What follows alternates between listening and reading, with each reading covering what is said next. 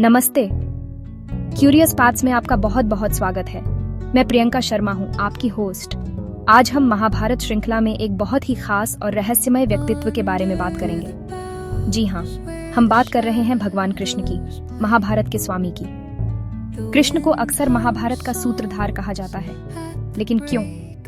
क्या वे सिर्फ एक सलाहकार थे या उनकी भूमिका इससे कहीं ज्यादा गहरी थी? आइए, आज हम कृष्ण की अद्भुत गाथा के पन्नों को पलटते हैं और उनके रहस्य को समझने की कोशिश करते हैं। कृष्ण पांडवों के मित्र थे, उनके रिश्तेदार थे और सबसे बढ़कर उनके मार्गदर्शक थे। जब भी पांडव किसी मुश्किल में फंसते तो कृष्ण हमेशा उनके साथ खड़े होते थे। वह केवल सलाह नहीं देते थे, बल्कि उन्हें सही और गलत का अंतर भी समझाते थे। कृष्ण ने युद्ध को टालने की हर संभव कोशिश की। वह खुद शांति प्रस्ताव लेकर हस्तिनापुर गए। उन्होंने दुर्योधन से कहा कि वह पांडवों को केवल 5 गांव दे दे तो भी युद्ध टल जाएगा। लेकिन अहंकार में डूबे दुर्योधन ने सुई की नोक के बराबर भी जमीन देने से इनकार कर दिया। द्रौपदी के चीरहरण की घटना में जब भरी सभा में उसका अपमान हो रहा था, तब द्रौपदी ने असहाय होकर कृष्ण को पुकारा। कृष्ण उस समय वहां मौजूद नहीं थे, फिर भी उन्होंने अपनी दिव्य शक्ति से द्रौपदी की लाज बचाई। कुरुक्षेत्र के मैदान में कृष्ण ने सिर्फ अर्जुन का रथ ही नहीं हाँका, बल्कि उन्होंने पूरे युद्ध की दिशा तय की। उन्होंने पांडवों को बताया कि कब, कैसे और किस योद्धा से लड़ना है। भीष्म, द्रोण और कर्ण जैसे महारथियों को हराना आसान नहीं था, लेकिन कृष्ण की रणनीतियों ने इसे संभव बना दिया।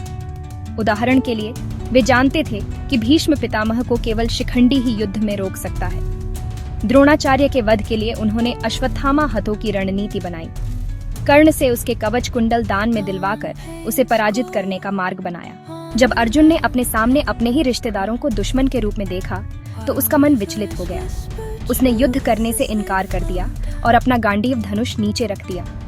इसी निर्णायक घड़ी में कृष्ण ने अर्जुन को गीता का अमर उपदेश दिया। कृष्ण ने अर्जुन को समझाया, कर्मण्येवाधिकारस्ते मा फलेषु कदाचन। उन्होंने बताया कि आत्मा अजर अमर है, शरीर केवल एक वस्त्र की तरह है। इस ज्ञान से अर्जुन के मन से सारे संदेह दूर हो गए और वह युद्ध के लिए तैयार हो गया। कृष्ण की शिक्षाएं आज के आधुनिक जीवन में भी उतनी ही उपयोगी हैं। वह हमें सिखाते हैं कि जीवन में संतुलन कैसे बनाए रखें और फल की चिंता किए बिना अपना कर्म कैसे करें। उनका जीवन हमें दोस्ती का असली मतलब और सच्चे रिश्तों की अहमियत सिखाता है। कृष्ण की अद्भुत गाथा केवल एक कहानी नहीं है, यह जीवन जीने का एक संपूर्ण दर्शन है।